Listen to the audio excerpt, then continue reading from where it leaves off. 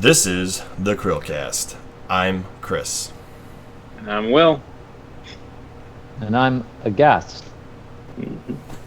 Wow, Car Wednesdays. What do we talk about on Wednesdays, Chris? We pick a random topic. It could be literally anything we're interested in, anything at all, doesn't matter. When we have a guest, usually we let the guest choose. So, Trevor, what was your chosen topic? Do you recall? No, I don't recall. You chose Unplugged life, as in like you're hiking and you're camping and all that fun yes, stuff. Yes, I did choose backpacking. That's right, backpacking was my topic. The reason why I chose backpacking was because over a month ago at this point, but still in the recent past, I took a backpacking trip to Grand Teton National Park and had a great time there. I try to go on a backpacking trip usually about once a summer. Past 2 summers I went out west, and Grand Teton was fantastic. Spent 4 nights in the backcountry. Total of 5 days hiking around. The longest day was a little bit more than I like to do, but our longest day was 17.5 miles hiking through the mountains. It was a good time. Did you say you've backpacked through the Appalachian or no? No, I've actually never done the Appalachian. I've done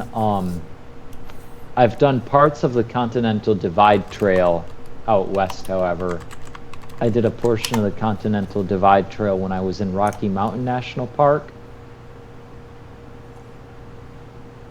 Rocky Mountain National Park was a fun one because we were camping in a canyon, and we got hit by a massive thunderstorm and hailstorm that caused a small flash flood in our campsite. I bet that was fun. That doesn't sound fun at all. Oh yeah, it was. All of our tents were literally floating on 1 to 2 inches of water. Oof. Is this kind of like the trail you were taking, Trevor? What I'm showing on the video here? Nope, not particularly. Oh, okay. So when I was out west, if you look up the Teton Crest Trail,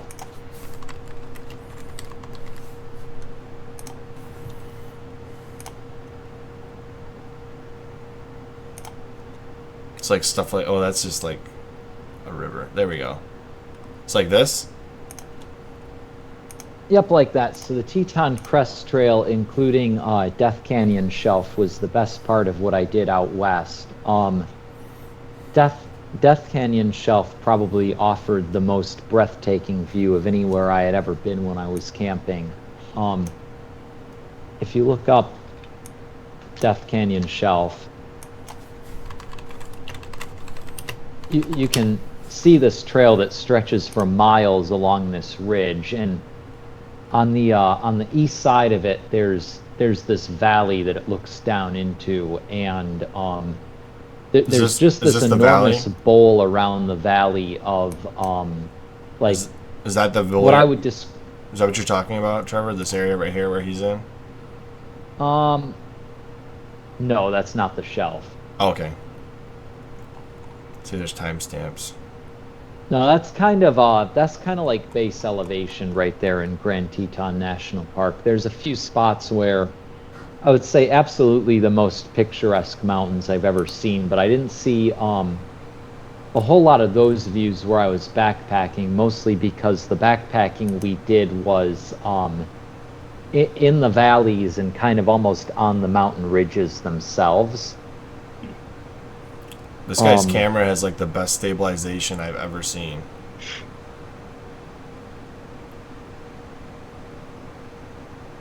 Yeah, I'm not much of a photographer. I did take some photos, but definitely something I learned when I was out there was, especially if you're going to areas where you were very likely to see large predators and whatnot, if you care about taking photos of those animals, you definitely want a camera that can accommodate a pretty good zoom. Like And I'm actually about halfway through reading a book called Death in Yellowstone. It's a pretty good one, but it's essentially just a chronology of all of the different ways people have managed to kill themselves in that national park. Oh boy. And there's actually some rather Yellowstone National Park was another place I went when I was out west. And it's actually rather horrific the ways you can die in that park, that it's kind of hard to die those ways anywhere else. One of the largest chapters of that book is dedicated to people who fall into the Yellowstone thermal features. Ooh. Oh. Yellowstone has a lot of thermal features that are about 170 to 200 degrees Fahrenheit. And that's kind of right in that sweet spot of it will give you third-degree burns, but it won't kill you fast enough that you probably won't be able to get out of the water. So a lot of people who end up falling into these thermal features end up being able to get back out. They're able to get rescued. But their bodies end up getting so burnt that they typically die within, say, 1 day to 2 weeks. Oh my God. And it's an absolutely horrendous way to die, falling into a Yellowstone thermal feature. Some of them aren't as hot, but you also have to deal with I forget whether or not the thermal features in Yellowstone tend to be alkaline or acidic, but you can have thermal features in Yellowstone that sit at pretty extreme ends of the pH scale as well. But yeah, the very worst ones are the ones where they're hot enough to give you third-degree burns over your entire body, but not hot enough to immediately kill you. Yeah, you just give me another reason not to go to Yellowstone. Mm-hmm. No, it's actually a fantastic park. I do have a few complaints about it that I'd like to voice, though. Okay, go ahead. Oh no. Probably the biggest complaint is pretty strictly the amount of tourists who visit the park. It's kind of no surprise that the national park system has only been really growing in popularity for the last decade especially. And what happens, because the national parks don't really get an amount of funding commensurate with the amount of visitors they've experienced in the past decade, is there's not really money that's freely available to, say, expand any of the visitation areas. So what ends up happening is cars will just back up all over the place. And you can be driving through the middle of nowhere and you can come across, say, like a famous turnout point or like photo location in Yellowstone National Park. And there will be dozens, if not hundreds of cars in the most popular areas that are just not parked in the designated areas, simply because the designated areas don't have enough parking spaces to accommodate the crowds. The other thing that you tend to get because of that is everyone wants to go out to Yellowstone and see a bison or a buffalo, however you want to say it. I think bison's the proper. Yeah, the proper there's only two real buffaloes in the world: Asian and African water buffalo. But everyone wants to go out there and see a bison, right? Mm-hmm. So what you get is, along all of these fairly narrow 2-lane roads in all of the valleys in Yellowstone where you can see herds of bison, is you can end up with these traffic jams that will literally last, say, anywhere from up to a few minutes to up to 30 or even 40 minutes, where people just decide to stop in the middle of the road to take photos of the bison. And it's one thing if the bison are in the middle of the road. That happens. I experienced that where there was just a herd slowly grazing and crossing the road, and obviously you don't want to press your luck in a rental car against a potentially angry male bison or a female bison with a calf. Oh God, I had the wrong word. But you definitely see people who are willing to press their luck and that's another chapter in the book Death in Yellowstone deals with the people who have been killed by bison in the park, and there's been a fair number of them talking about people who get out of their cars, get too close, and end up with 24 puncture marks from the bison's horns. Dangerous creatures. So Yeah. aside from backpacking, Trevor, is there anything else you wanted to discuss? The other vacation I took this summer was I did a little bit of a theme park road trip. Oh, I remember you talking about this. Yeah, I went to 4 different amusement parks. I went to Kings Island, Dollywood, Six Flags Over Georgia, and Carowinds, which is on the North Carolina-South Carolina border. And that was a really good time as well. That was in late May I took that vacation. Growing up in the shadow of Cedar Point, I always wondered whether or not, Cedar Point being known for being a roller coaster destination and really one of the best amusement parks out there if you just want to ride roller coasters. Something I had been kind of curious about for a long time was whether or not that reputation was deserved. And also, I don't know if you're aware of this or not, but roller coasters were the subject of the greatest video game ever made. Roller Coaster Tycoon. Yeah, such as Roller Coaster Tycoon.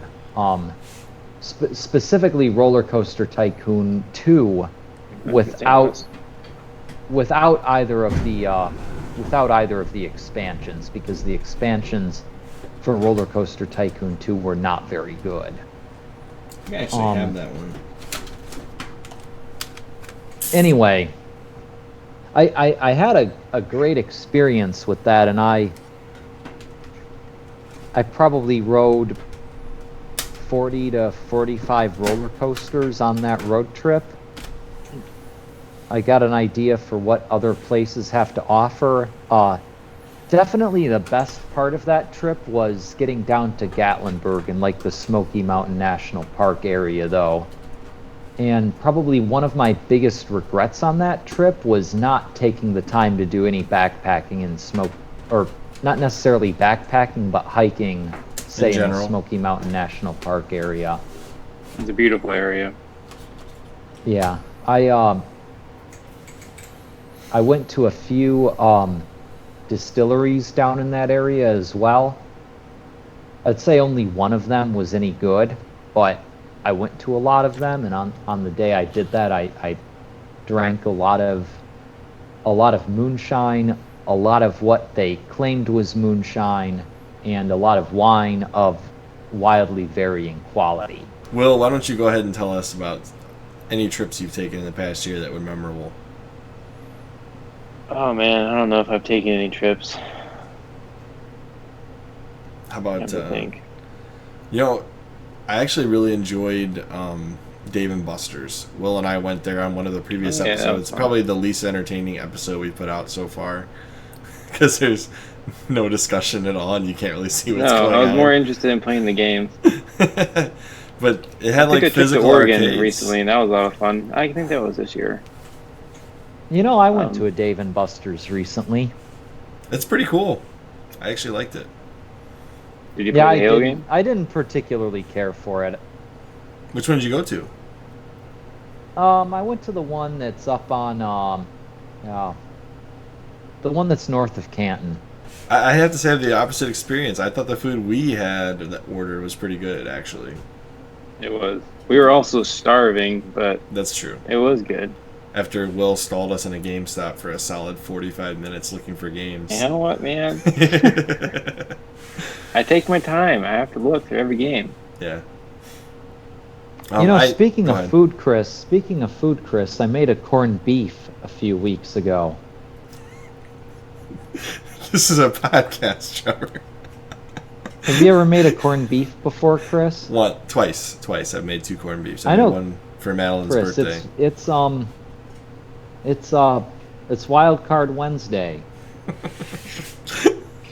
I've never thought when I instituted the Wild Card Wednesday topic that we would end up talking about cooking corned beef.